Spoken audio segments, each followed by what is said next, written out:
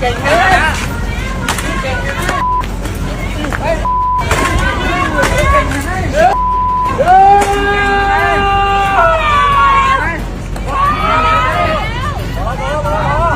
လေးကိုတော်တော်များများတွေ့ကြမယ်ထင်ပါတယ်ပေါ့နော်တော်တော်ကို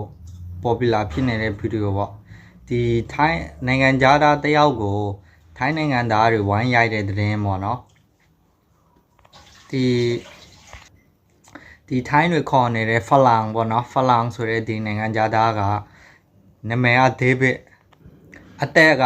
40ဂျာမနီနိုင်ငံသားထိပ်ရာမျက်နှာဖူးရောင်တာပဲမျက်လုံးမှာအစ်သွားတယ်လက်မှာလေးတန်ရာရတော့ပါတော့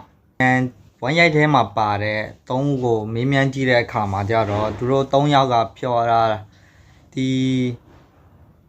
တက်စီသမားနဲ့ရန်ဖြစ်နေတာကိုသူတို့တွေ့တော့ဒီနိုင်ငံသားဖလန်ကဒီအပြစ်လောက်ထားလားပါလားပစ္စည်းခိုးတာလားထင်ပြီးတော့သူကဒီဘယ်လိုပြောမလဲထိုင်းဘက်ကိုပါပြီးတော့ဘုံဒီဘာမဒီနဲ့ဝမ်းရိုက်တယ်ပေါ့သူတို့လည်းအဲ့လိုထင်သွားတာဟိုမှာနိုင်ငံသားပစ္စည်းခိုးထားတယ်ထင်ပြီးတော့ဝမ်းရိုက်တယ်ဒီနိုင်ငံသားဖလန်ပြောတာကတော့ तू ကဘာမှမသိဘူးဘာလို့သူ့ကိုရိုက်ကြရလဲအဲ့လိုမျိုး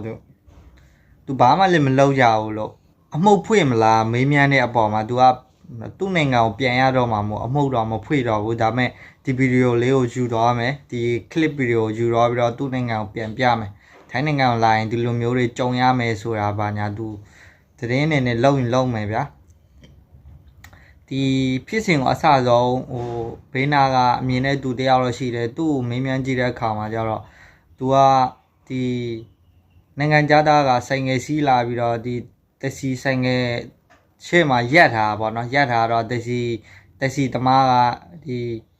သူဆိုင်ငယ်မောင်းသမားသူပြောချက်ဖဲ့ပဲပေါ့သူအဲ့တယ်လာပြီးသူတွားဖို့ရှိတယ်ချက်ဖဲ့ပဲဒါပေမဲ့ဟိုကလေနားမလဲ WhatsApp bro WhatsApp အဲ့လိုမျိုးဘယ်လိုပြောတယောက်နဲ့တယောက်ပြောနေတာနားမလဲကြဘူးလေနားမလဲတော့အဲ့မှာအဲ့အစပြီးတော့ရန်နေဖြစ်ဘေးနာလူတွေလေဝင်ရိုက်တော့အဲ့မှာကွဲပြဲသွားတော့တာပဲအဲကြောင့်ကိုညီအကိုရွှေညီမတို့လည်းပေါ့နော်တက်နိုင်ဆုံးထိုင်းနေရှောင်းပါရံမဖြစ်ပါနဲ့သူတို့နဲ့ရှောင်းနိုင်ကောင်းတယ်ဗျာကဲဒါပါပဲ